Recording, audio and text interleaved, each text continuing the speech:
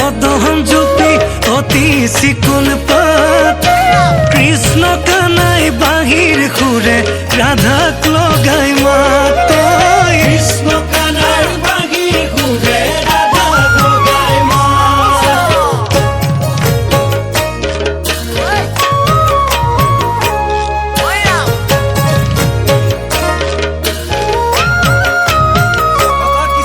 এ Vrindavan